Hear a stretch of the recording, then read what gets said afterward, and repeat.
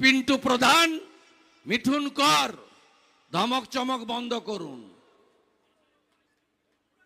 সব জানি আমরা কি করতে হয়।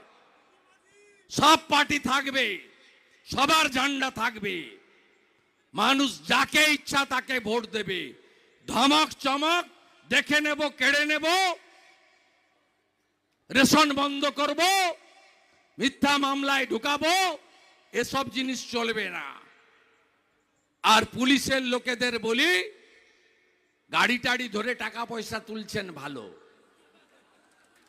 বালি খাদান থেকে মাল তুলছেন, জুয়ার বোর্ড বসাচ্ছেন, সবই ভালো, বেশি কিছু করবেন না। আমি নন্দীগ্রামের সময় অনেক বাঘা বাঘা পুলিশ অফিসারকে দেখতাম, পায়ে পা দিয়ে ঝগড়া করত।